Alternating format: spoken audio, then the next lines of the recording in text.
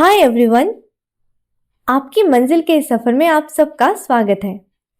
तो जैसे कि हम लोग लास्ट डे में जो लाइव सेशन करे थे उसमें इकोनॉमी के जो बहुत इम्पॉर्टेंट क्वेश्चंस है सीबीएसई के द्वारा अपलोड किया हुआ उसके 35 नंबर क्वेश्चन तक डिस्कस किए थे, right, in the live session.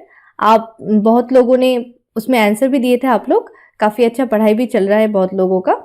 तो उसमें जो क्वेश्चंस बचे हुए हैं उसमें बहुत सारे नहीं है, तो जितने बचे हुए हैं उसको मैं अभी एक रिकॉर्डेड सेशन रख रही हूँ, तो all of you will be seeing it in premiere. Okay, so आप सबको क्या करना है कि क्वेश्चन को मैं पढ़ते ही उसको अच्छे से सुनो, समझो and then give your answer in the comment section in the live, okay, in the premiere one, and after that I'll be explaining the answer to you. All right, so let's proceed further and start with question number 36. okay, देखो क्या बोला है 36 में। Look at the following data of A given country. एक country के बारे में कुछ डाटा दिए गए हैं। क्या क्या है, यहाँ पे है आइटम्स और यहाँ पे है value in million US dollar. ठीक है, ये याद रखना, मिलियन यूएस डॉलर में दिए हुए हैं। देखो, एक्सपोर्ट ऑफ गुड्स, ठीक है, ओनली गुड्स कितने हैं 150 क्या, मिलियन यूएस डॉलर। ओके, उसके बाद imports of goods 200 million US dollar. Then net invisibles दिया गया है 20 मिलियन यूएस डॉलर। ओके, ये जो export and import of goods है ये विजिबल अकाउंट में आ रहा है ना, करंट अकाउंट के, और ये जो नेट इनविजिबल है ये भी करंट अकाउंट का दूसरा पार्ट है, इनविजिबल वाला पार्ट। ठीक है, वो कितना है, नेट है 20। ठीक है, ओके, अभी देखो इसके रिगार्डिंग कुछ स्टेटमेंट यहाँ नीचे दिए गए हैं और क्या बोला है, विच of the following is incorrect. आपको इनकरेक्ट वाला चूज करना है। किसके रिगार्डिंग, ये जो डाटा दिए गए हैं इसके रिगार्डिंग। ठीक है, देखो ऑप्शन ए क्या बोल रहा है, balance of trade is unfavourable for the country. Okay, उसके बाद option B, balance of payment can not be determined by the data. फिर सी देखो, there is a current account deficit of 30 million US dollar. ठीक है, फिर D, there is a capital account surplus of 50 million US dollar. Okay, कौन सा incorrect है वो बताना है आप लोगों को। तो सबसे पहले तो थोड़ा सा टाइम देती हूँ, जल्दी से कमेंट बॉक्स में कमेंट करो।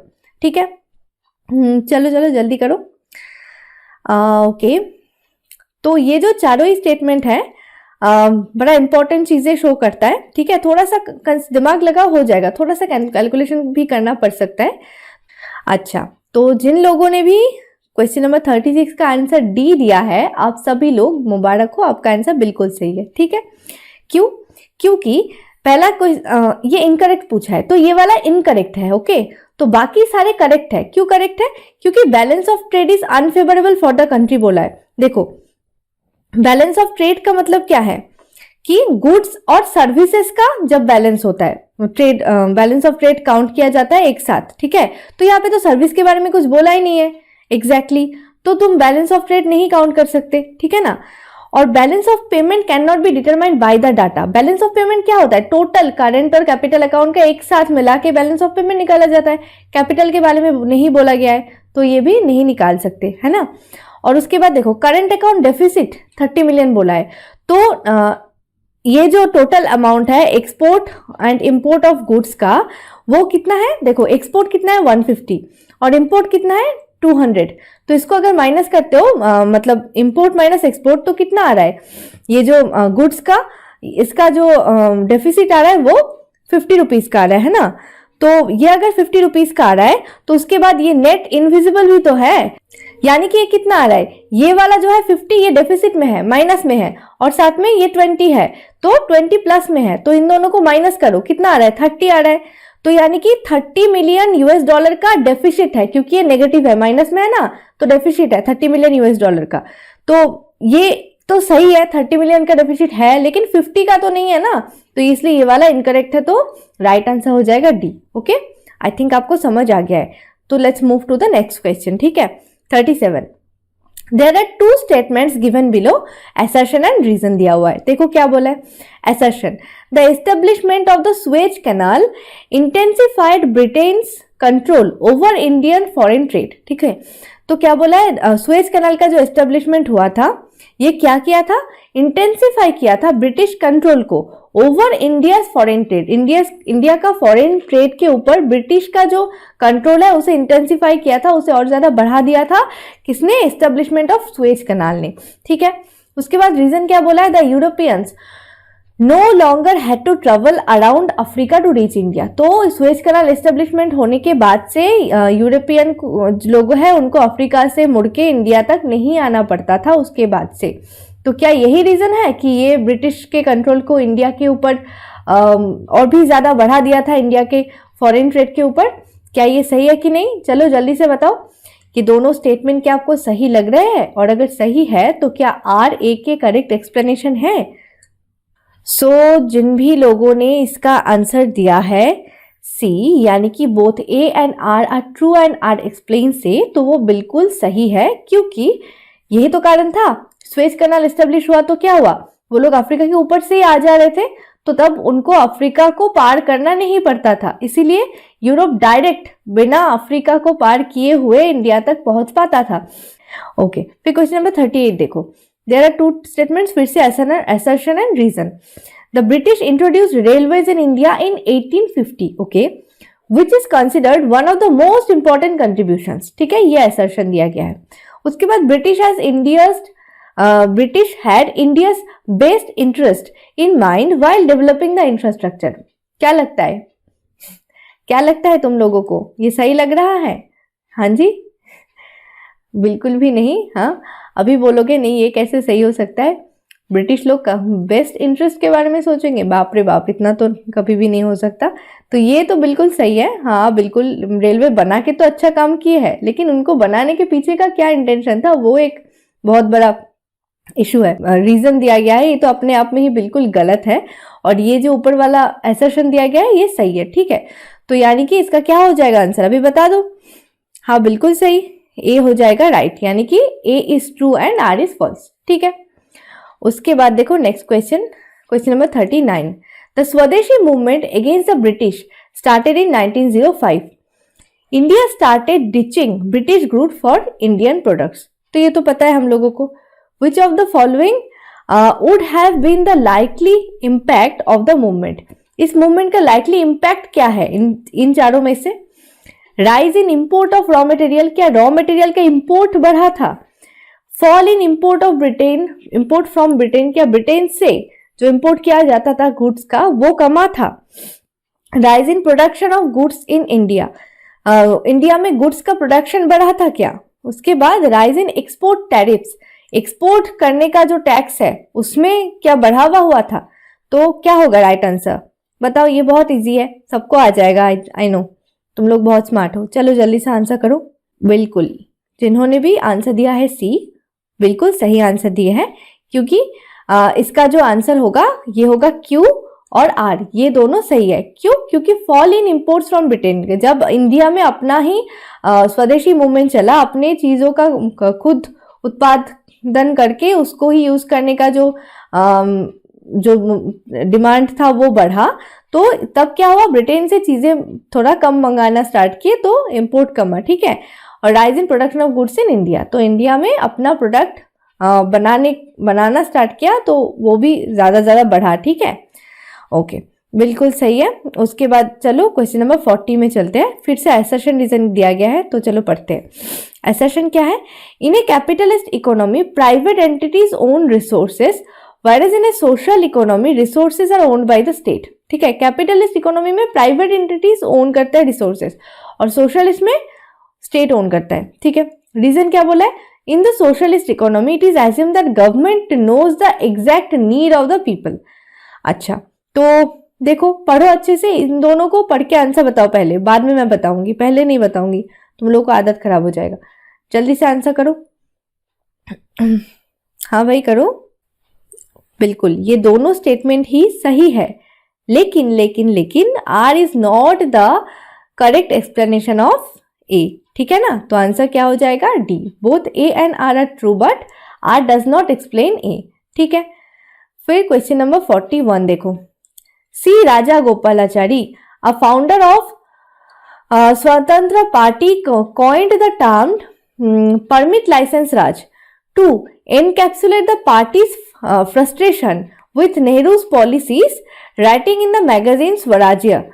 तो वो स्वराज्य मैगजीन में क्या लिख के अपना फ्रस्ट्रेशन निकाले थे लाइसेंस परमिट लाइसेंस राज वाला जो टाइम पीरियड था उसके प्रति. I want the corruptions of the permit or license raj to go. I want real equal opportunities for all and no private monopolies created by permit or license raj. तो वो क्या चाहते थे, permit licence राज के through जो monopoly होता था private का उसको कम करना चाहते थे और रियल और इक्वल अपॉर्चुनिटी देना चाहते थे एक्चुअल लोगों को जिनको जरूरत है, ठीक है, और सभी लोगों को इक्वल अपॉर्चुनिटी देना चाहते थे. तो however this private monopolies indulging in the corporation and C Rajagopalachari talks about. तो सी राजागोपालाचारी को क्या लगता था कि किस तरीके से ये प्राइवेट मोनोपोलीज इंडल्ज करता था करप्शन को. देखो, A they led to lobbying and personal benefits for big industrial houses. They continued to function even when running into losses. They exploited the people by grossly increasing prices. या फिर they could not compete with international products. तो इन चारों में से क्या है जो effect करता था ये परमिट लाइसेंस राज के टाइम पे, किस चीज को, रियल इक्वल अपॉर्चुनिटी देने से रोकता था. ठीक है, तो बताओ जल्दी से इसका क्या होगा आंसर. ये भी इजी है, तुम लोग बिल्कुल सकोगे, ये तो एकदम बिल्कुल आंसर करोगे. चलो जल्दी से बता दो. हाँ बिल्कुल सही, इसका आंसर होगा ए. ठीक है, they led to lobbying and personal benefits for big industrial houses. तो ये जो जिसको भी ऐसे परमिट लाइसेंस मिलता था वो क्या करता था, अपना प्रॉफिट ज्यादा से ज्यादा देखता था, पर्सनल बेनिफिट करने का कोशिश करता था जो है बिग इंडस्ट्रियल हाउसेस के बेनिफिट्स के लिए. ठीक है, ओके ठीक है. चलो अभी नेक्स्ट क्वेश्चन में चलते हैं. Question number 42. To estimate the poverty levels in his town the collector, एक कोई कलेक्टर है वो क्या किए है, अपने जो टाउन है उसमें पोवर्टी लेवल को चेक किए है, एस्टिमेट किए है. तो उन्होंने कैसे एस्टिमेट किए हैं, conducted an informal survey that compiled all house hold incomes in the area. एक इनफॉर्मल सर्वे किया था जिससे उन्होंने सभी जो हाउस होल्ड है एरिया का उनका इनकम ऐसे जानने की कोशिश किए थे. ठीक है, using the national poverty line as a reference point she then calculated the number of poor. उसके बाद वो जो कलेक्टर मैडम थी वो क्या किए, नंबर ऑफ पोर्ट्स का कैलकुलेशन किए कि इतने जो नेशनल आपका पॉवर्टी लाइन है उसके अकॉर्डिंग इतने इनकम के नीचे उसको उन लोगों को पोर कहा जाता है. तो इस तरीके से वो अपने ही एरिया में जितना नंबर ऑफ पोर्ट्स है उसका काउंटिंग किए थे. फिर based on this she wanted to launch a number of welfare scheme. क्योंकि वो क्यों काउंटिंग ये सब किए, क्योंकि उनको एक वेलफेयर स्कीम चलाना था पोर लोगों के लिए. ठीक है, in what other ways could she have measured poverty so that the most beneficial welfare schemes are launched.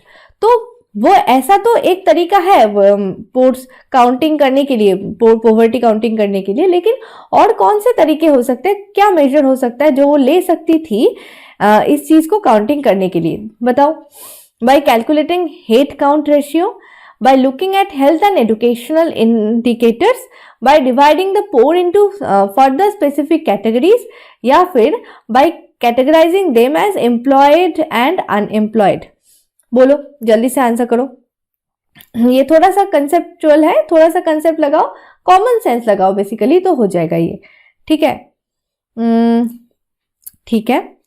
अच्छा चलो मैं बताती हूँ.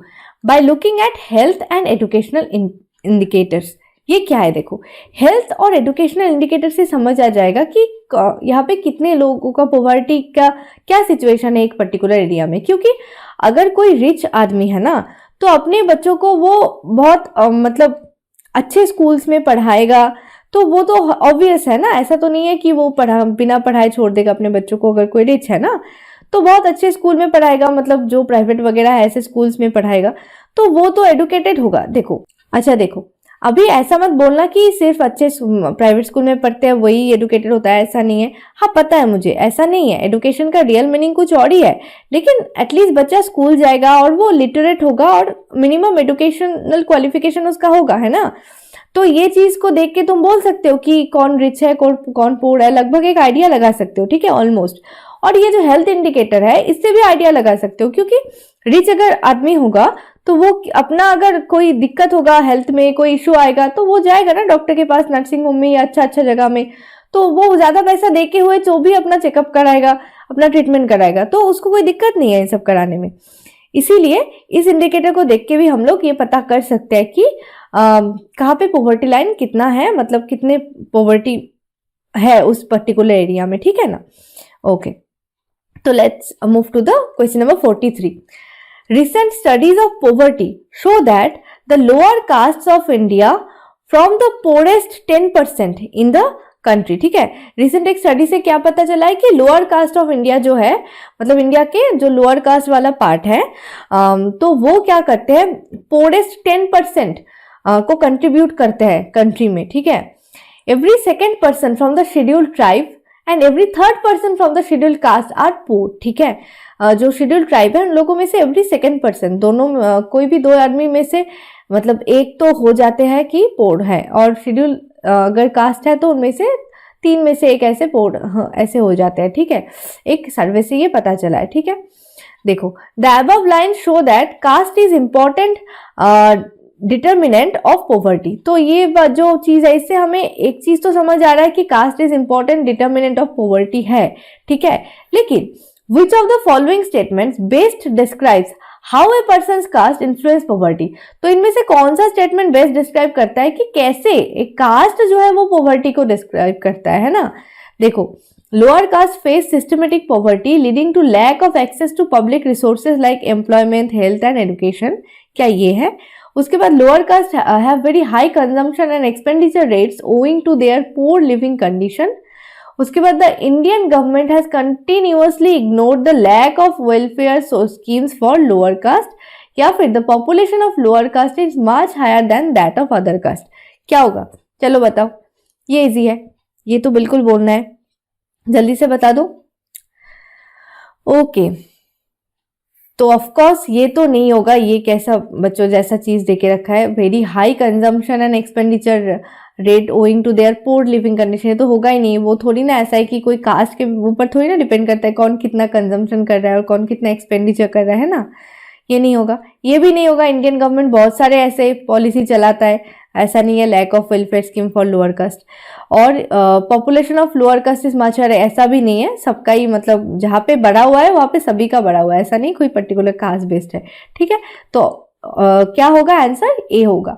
Lower caste face systematic poverty leading to lack of access to public resources like employment, health and education. तो इसी चीज के लिए जो है इंडिया में रिजर्वेशन दिया जाता है।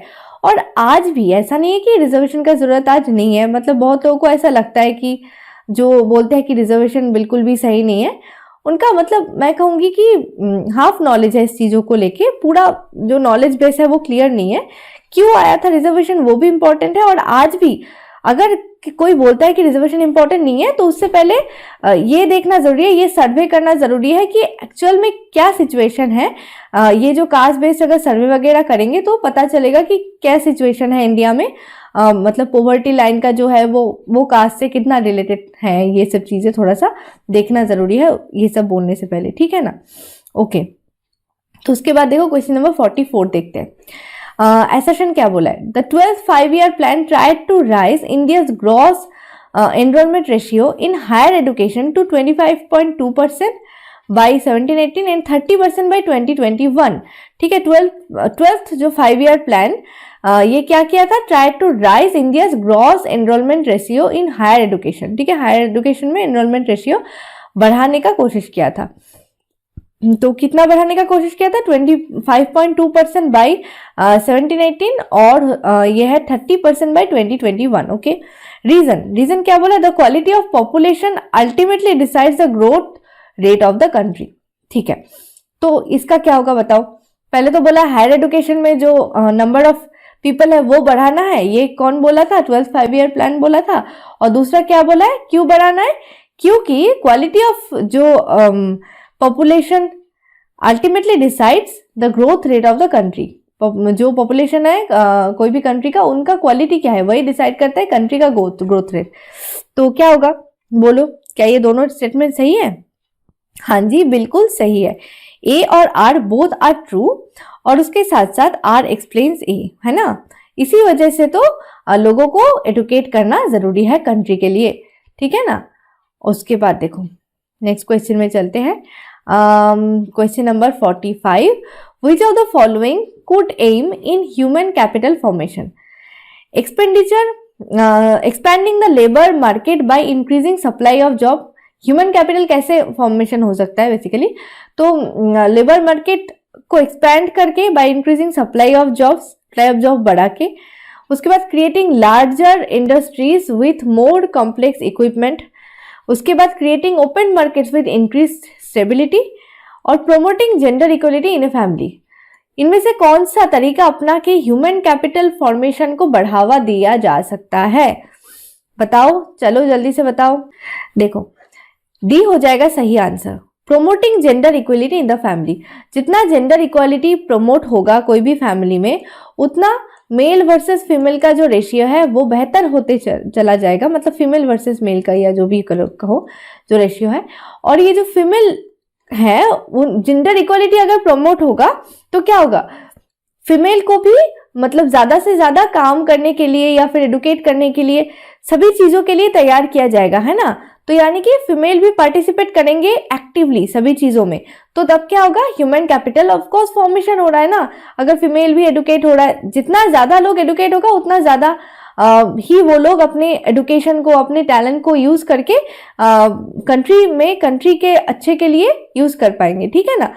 ओके तो चलो उसके बाद नेक्स्ट क्वेश्चन में चलते हैं। 46, how can globalisation increase the standard of living of the people in a country? तो ग्लोबलाइजेशन कैसे कोई भी कंट्री के लोगों के लिविंग स्टैंडर्ड को इंक्रीज कर सकता है?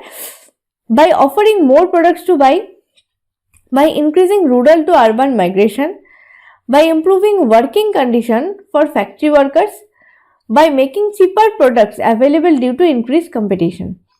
तो बोलो इसका क्या होगा answer? Living of the people कैसे, standard of the living of the people कैसे बेहतर हो सकता है बाय ग्लोबलाइजेशन? ग्लोबलाइजेशन जितना होगा उतना क्या होगा, ज्यादा से ज्यादा चीजें इंपोर्ट होगा या एक्सपोर्ट होगा कोई भी कंट्री से। तो यानी कि एक चीज, सभी कंट्री का पार्टिसिपेशन बढ़ेगा तो क्या होगा, of course making cheaper products available due to increase competition. तो कंपटीशन ज्यादा होगा तो लोग अपने प्रोडक्ट्स को चीप करेंगे ताकि उनका प्रोडक्ट ज्यादा बिके। तो इसलिए लोगों को चीपर प्रोडक्ट मिलेगा तो ये अच्छा होगा लोगों के लिए, ठीक है ना। फिर देखो एसर्शन और रीजन, ये वाला देखो। Devaluation of the Indian rupee in 1991 resulted in inflow of foreign exchange. तो फॉरेन एक्सचेंज का इनफ्लो हुआ था कब? डिवैल्यूएशन ऑफ इंडियन रुपी 1991 की वजह से, ठीक है। फिर R reason, devaluation of Indian rupee was a step to get taken to get more foreign investment, ठीक है। तो इंडियन रुपी जब डिवैल्यूएशन हुआ था मतलब रुपी का दाम कमा था, यानी कि डॉलर का कॉस्ट बढ़ गया था, ठीक है, with respect two rupee.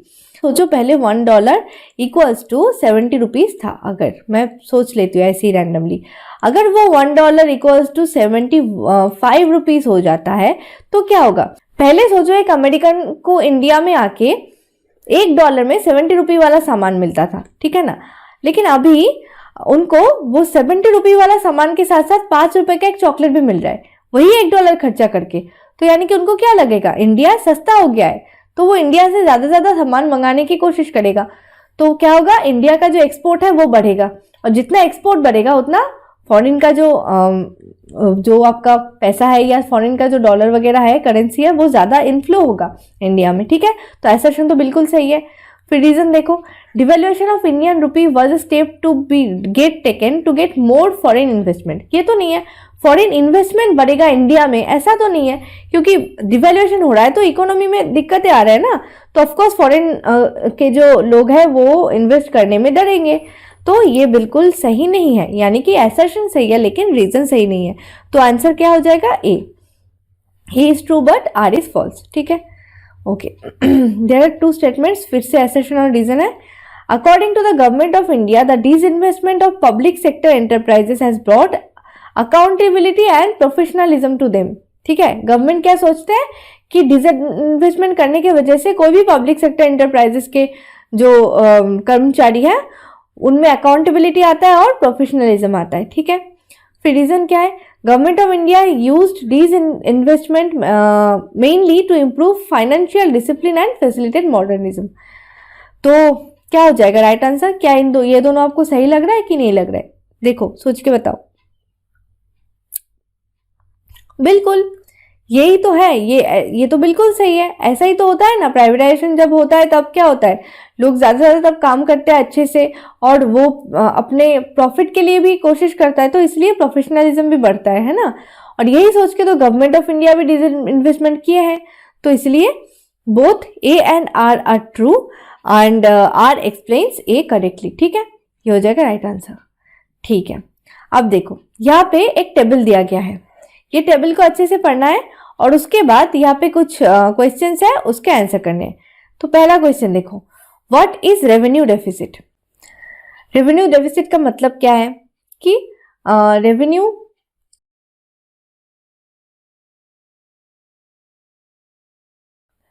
Revenue expenditure minus revenue receipt, ठीक है। Revenue receipt, revenue expenditure minus revenue receipt, तो ये कितना आ रहा है देखो काउंटिंग करके। रेवेन्यू एक्सपेंडिचर तो 100 है, दिया ही हुआ है, तो 100 माइनस रेवेन्यू रिसिप्ट में क्या क्या आएगा, कैपिटल रिसिप्ट नहीं आएगा, नेट बोरोइंग्स इसमें नहीं आएगा, और बाकी इंटरेस्ट पेमेंट तो रिसिप्ट नहीं है, और क्या बचा, टैक्स रेवेन्यू और नॉन टैक्स रेवेन्यू, ये दोनों ही रेवेन्यू रिसिप्ट में आता है। यानी कि ब्रैकेट में आ जाएगा यहाँ पे 50 प्लस 15, तो यानी कि कितना आ रहा है कैलकुलेट करके देखो 35 है ना। तो 35 करोड़, ये तो करोड़ में है, इन करोड़, इसलिए 35 करोड़ हो जाएगा रेवेन्यू आपका डेफिसिट, ठीक है ना। रुपीज 35 करोड़, यानी कि आंसर सी, ओके। तो उसके बाद देखो नेक्स्ट क्वेश्चन है, विच of the following shows physical deficit. अच्छा देखो, नॉर्मली फिजिकल डेफिसिट का मतलब क्या होता है, बजट डेफिसिट, बजट डेफिसिट,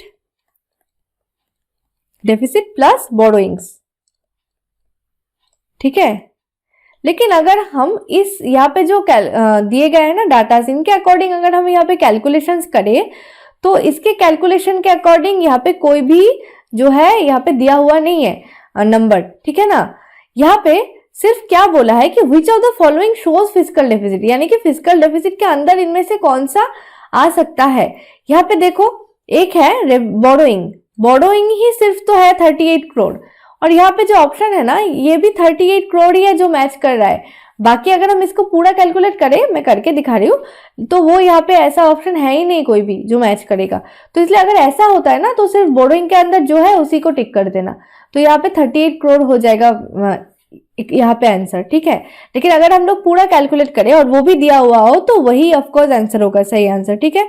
तो देखो बजट डेफिसिट में क्या क्या आएगा, budget expenditure minus budget receipt, है ना, प्लस उसके साथ बोरोइंग्स, ओके, इक्वल्स टू, फिर यहाँ पे क्या आएगा, बजट एक्सपेंडिचर में आएगा, यहाँ पे देखो एक्सपेंडिचर में क्या क्या था, एक तो 100 रुपीज है रेवेन्यू एक्सपेंडिचर, और है यहाँ पे इंटरेस्ट पेमेंट 27 रुपीज, यानी कि 127 आ जाएगा, माइनस बजट का आपका रिसिप्ट, रिसिप्ट कैलकुलेट करना है, कैपिटल रिसिप्ट है यहाँ पे 40, प्लस और क्या है, टैक्स रेवेन्यू है 50, और उसके साथ नेट आपका नॉन टैक्स रेवेन्यू है 15।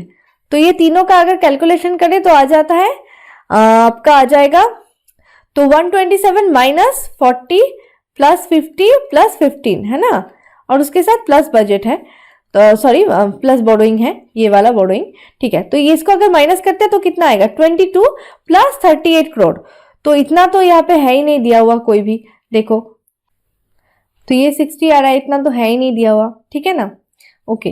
तो यहाँ पे 38 करोगे, और ये पूरा अगर है तो ये इसी को करना। देखो what will be the primary deficit, next question, तो ये भी इसी के रिगार्डिंग है।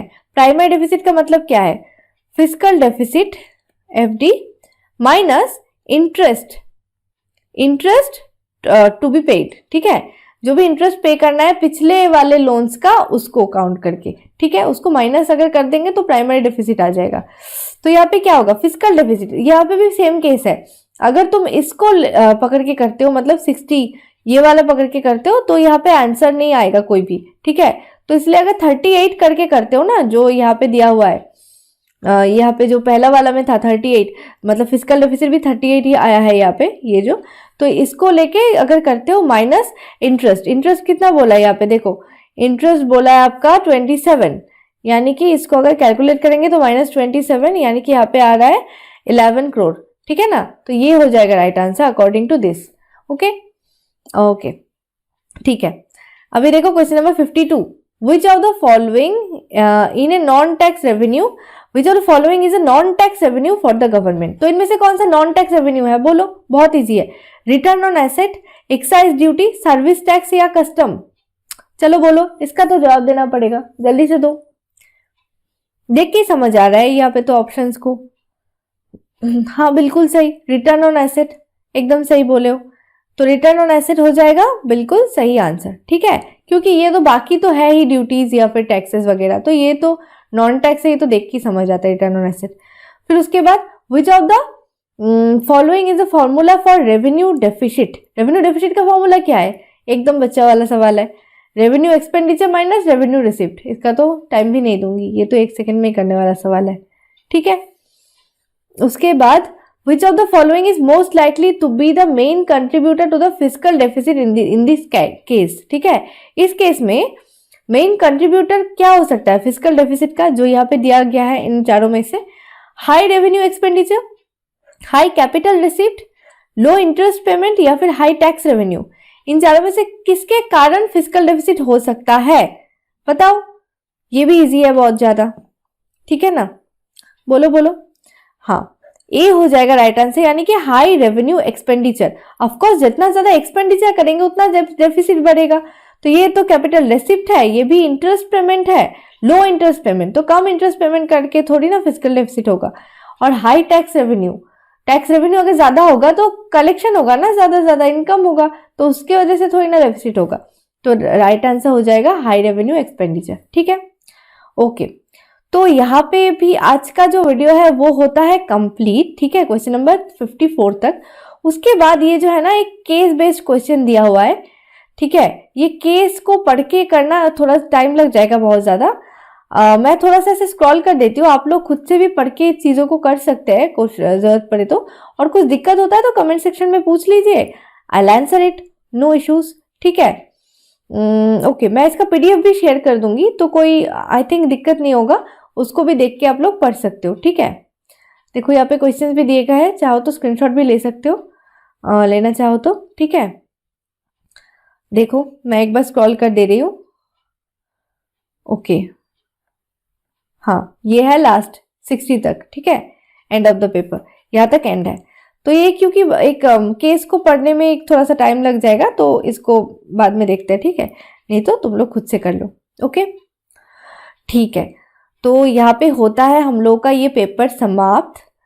तो आई थिंक आप लोगों को ये जो क्वेश्चन था, ये मॉक पेपर था, ये अच्छा लगा होगा, और इसको करो, ठीक है, अच्छे से प्रैक्टिस करो, तो तुम लोग को बहुत हेल्प होगा एग्जाम में जाके। इसमें बहुत सारे टाइप्स के कंसेप्ट्स हैं, तो ये यूज होंगे क्वेश्चंस को सॉल्व करते हुए।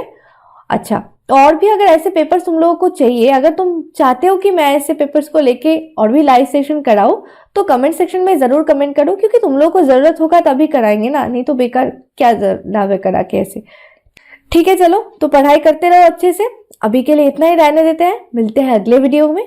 तब तक के लिए स्वस्थ रहो, खुश रहो और आपकी मंजिल की तरफ बढ़ते रहो, ठीक है, बाय।